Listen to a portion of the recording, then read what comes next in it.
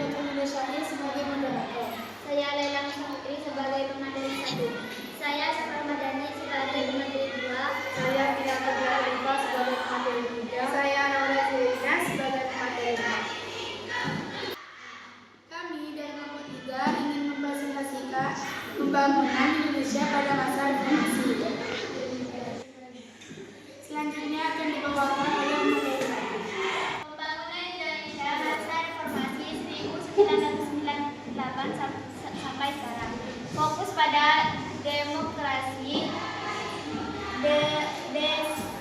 desentralisasi, otonomi daerah, dan pemulihan ekonomi pasca 1990, ditandai dengan kebebasan pers, KKN, serta pembangunan infrastruktur dan sumber daya manusia untuk meningkatkan kualitas hidup.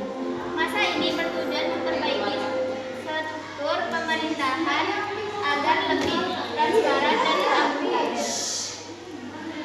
Selanjutnya akan dibawakan oleh pemateri 1. Latar belakang dan tujuan reformasi. Latar belakang: krisis ekonomi 1997, KKN, korupsi, kolusi, nepotisme merajalela, serta menurunnya kepercayaan rakyat terhadap pemerintahan Orde Baru.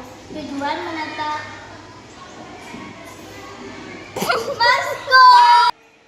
Tujuan menata ulang struktur pemerintahan, menegakkan suprematisasi hukum, amandemen UUD 1945, dan otonomi daerah.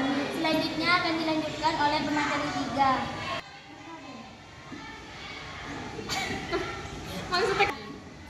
Kebijakan pembangunan masa reformasi. Politik: melaksanakan pemilu, demokrasi, pembatasan masa jabatan presiden, kebebasan pers, dan penguatan peran DPR.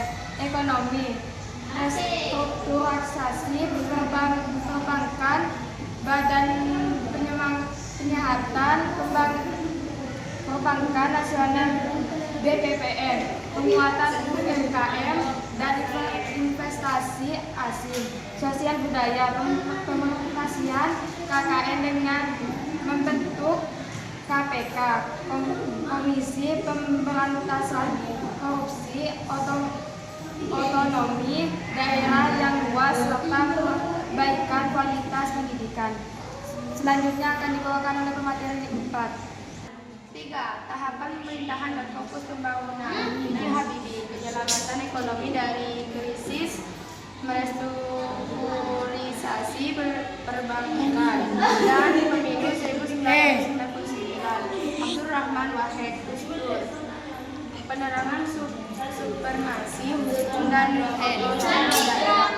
Megawati Soekarno Putri, stabilitas ekonomi dan pendirian KPK. Susilo Bambang Yudhoyono, Surabaya, pembangunan infrastruktur dan pembangunan ekonomi. Joko Widodo, pembangunan infrastruktur masif (jalan tol, bandara, bendungan, dan ekonomi digital). 4. Tantangan pembangunan reformasi. Korupsi yang masih sering terjadi, ketimpangan pembangunan antara wilayah, pengangguran dan kemiskinan, konflik sosial dan hukum.